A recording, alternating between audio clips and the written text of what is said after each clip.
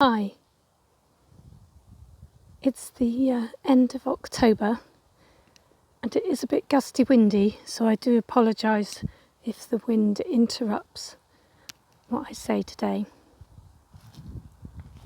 I've just put some seeds in the edge here, some lamb's lettuce. Supposedly it's very frost hardy, we will see.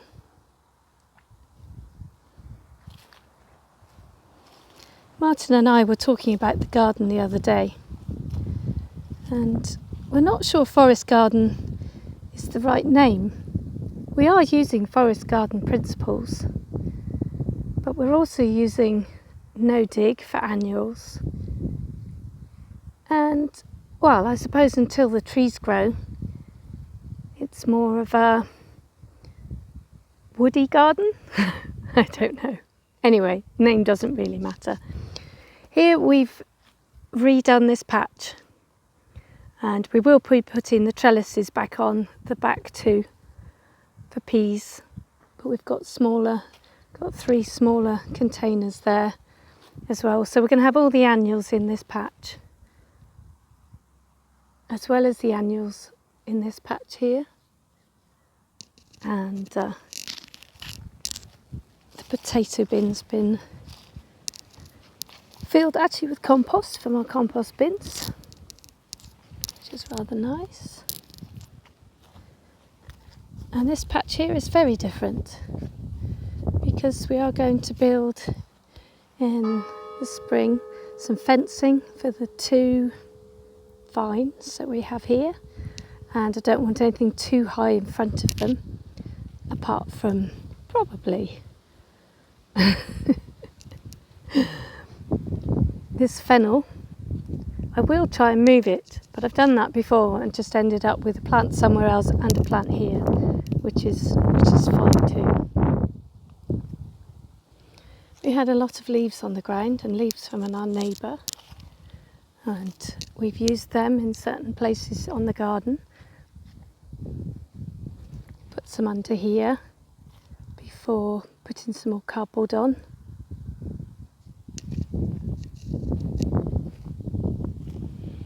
What else have I done? I can't think of the word, but I've trimmed back all the currant bushes, so there are lots of currant bushes dumped around the garden. It's quite funny here, you can actually see the strawberry plants now that all the leaves have gone from the tree.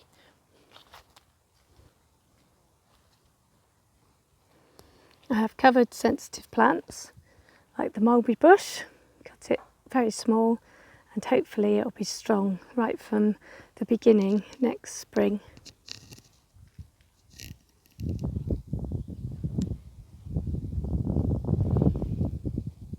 I have started to harvest some of the Jerusalem artichokes, just 1 stalk at a time, and they are sweeter this year because I left them in until we'd had a few frosts. There is still a surprising amount of flowers in the garden, even the pinks. See the pinks here have reflowered. It is warm.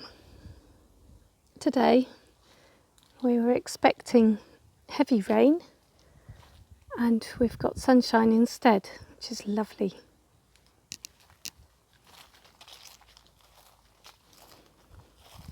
We've been eating lots and lots of raspberries from these plants, and I love the raspberries because they propagate themselves and produce such lovely fruit. I've moved the rhubarb that was at the back of the garden here and found another tyre for this one, because they do like a depth of soil, and we don't have a huge depth of soil here. Hopefully this one will be happy even though we've moved it. And we've moved it because we're making some changes up here. The first change is up here. We have built a double compost bin. At the moment we've just decanted the top half of the other 2 bins we've got in the garden into here, and we'll just leave that now. And this one will wait. We'll be filling this one up in the spring. We have various bags all around the garden with soil, stuff for composting down. The bin here will have the cold ash from the fire. It'll keep dry this year. Last year it got wet, which made it dangerous to use because then it was acidic. The bamboo here is doing very well, and behind it we now have sacks of leaves. We've got 9 in total. I've made holes in them and we will leave them there all of next year, all of next winter, and then in the spring we should have some lovely leaf compost to use. And if we mix it with a bit of sand, we will be able to plant seeds in it. That's some really good seed compost. So because we've moved the compost there, we've taken the compost away from here. We're going to be clearing this area, and we have some building plans as such for here, which you will find out more about as we do them. Polytunnel has got a few parsnips. I think there's 1 celeriac growing and some celery, and I've just put some seeds in as an experiment to see what comes up this winter. It also has some of the propagated plants at the back. I am hoping to get some plastic to put on the inside, that end, to stop the draft when it gets colder, and to keep it in here a little bit warmer than it was last year. It's very good doing all this experimentation. And to have a new addition to the garden, which is in the tyre here. And this is a beautiful juniper bush. It won't grow too high, but it will have berries for the birds. And the pond is not getting too many leaves on it. Most of them are falling behind, which is great. And that's it. That's our forest garden no dig